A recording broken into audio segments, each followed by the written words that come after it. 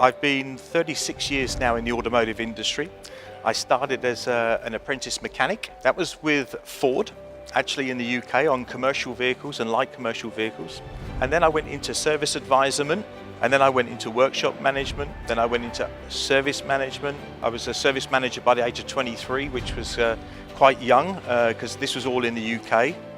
And then went into after sales management, general management, and then in the year 2000, I left the UK and went to the Middle East. And I spent 3 years in Kuwait running an importer for Porsche, Audi, Volkswagen. And then in 2004, I joined Porsche as a wholesale company. And ever since then, I've been between now the Middle East until 2013, and now Latin America for the last 5 years now. Using my previous analogy when I was in the Middle East. So Porsche was relatively new to that market, so people didn't really understand its history. Really? But they didn't really understand, it had thousands of motor racing victories. So we had to try and explain to people, we're not just a very expensive item. This comes with pedigree. Everything that we do is tested on a racetrack and produced onto a public vehicle. So for us, and very interestingly, actually, it was at the millionth car when Dr. Porsche said, I bought my first Porsche. I had this 1963 911, and here I am today with a 2017 911. Which one is the real Porsche? Because they both are. Yeah. And what Porsche has successfully managed to do is evolve that DNA, those genes, and have managed to continue it right the way along the line and the life cycle of the car. I like to think of us as quite entrepreneurial. I like to think of us as always forward thinking. And actually I was talking to the chief designer for Porsche about the 911 when we introduced the last generation of 911, and he said, it's the toughest job in the world to build the next 911, design the next 911, because everybody is a fan and a critic. So they want to see an evolution and not a revolution. So we need to make sure that the brand is always recognizable through its lifetime. Yeah. And if you look at that original Porsche 911 and you look at today's one, you see immediately that's still a Porsche. And that's important for us, that we keep that recognizable, distinctive look going into the future. Even if it means an electrified Porsche, we need to do it in a way that is unique to Porsche, where people will go, wow, that's an electric car, but it's still a Porsche. Yeah. And that for us is now the next phase of our challenge. But we've done it very well over the last 70 years, and I think we're in a good position to do it well for the next 70 as well. Porsche is recognized as a quality performance product. What we've demonstrated over the last number of years is an electric car or a hybrid car does not mean a slow car with limitations. It actually means a performance car as well. And of course we're always renowned for the performance of our vehicles, how fast it goes around the Nuremberg ring, it's 0 to 60, and how it does its overall job so well in terms of handling and dynamic.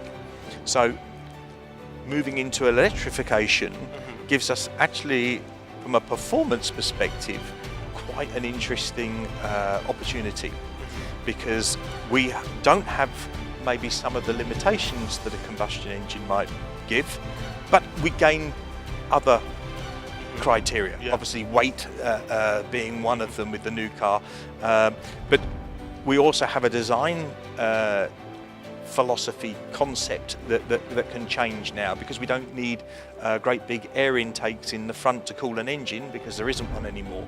So for us, it's a really interesting time now in evolving our car line into what does an electric Porsche look like, and it has to be still instantly recognizable as a Porsche. So that's where we're heading.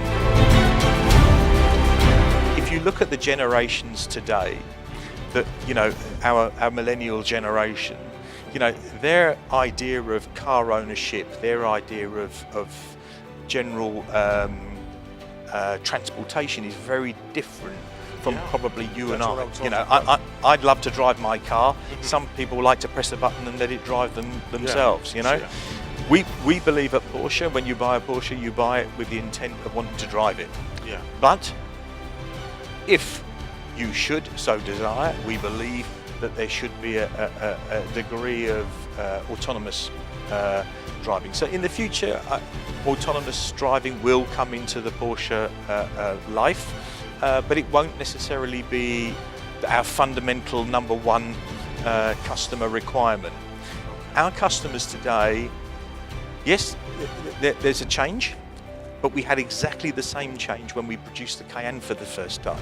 You remember there was an outcry, what is this? Porsche doing an SUV, it can't be. And then we demonstrated to the entire world how we can make an SUV a sports car. We're a sports car company, and here's an SUV that drives like a sports car. And we're just about to demonstrate to the world again next year, here's an electric car that drives like a sports car, like a Porsche sports car. And I think that it will take a while, because a few of the fans will be, okay, this is quite different again. So we have what we call a strategy 2025, which we've been working on now for the last 2 years. So up until 2025, we know exactly what we want to do in preparation for Latin America.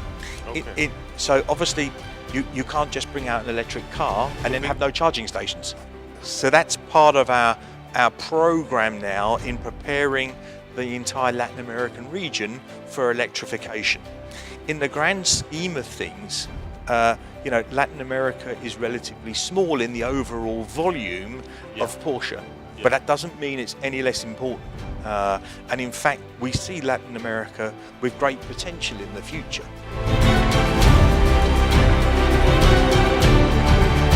We have managed to maintain the sports car theme within everything that we've done. So everything that we build, whether it's the Boxster 718 entry level or the Macan entry level, first and foremost, it's a sports car.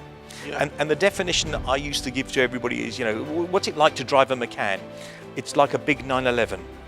That was how I would explain it to people, because it's the best way to explain it.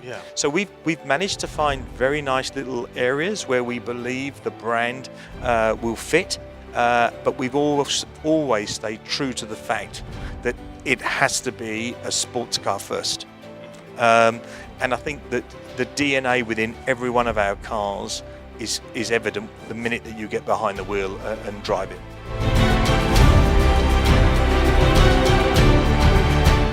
Yeah, look, we've seen steady growth. So we opened up the office in the year 2000. I actually joined in 2013, towards the end of 2013, and pretty much year on year we've seen very steady growth. The last year actually was the exception to the rule. You may recall earthquakes in Mexico, a hurricane hitting Puerto Rico. That obviously had an impact on sales volumes. As you can imagine, we have different currency rates going in and out of the country. So we trade in peso in Mexico, in dollar and in euro. So very difficult to quantify. But I would suggest that we account for approximately, and I'm just talking about Latin America now, I would suggest that we probably are around about 3 or 4% of the total revenue of Porsche, which doesn't sound like a lot in the grand scheme of things, isn't about the profit. It's about the customer experience. I think we would put customer satisfaction over profit first.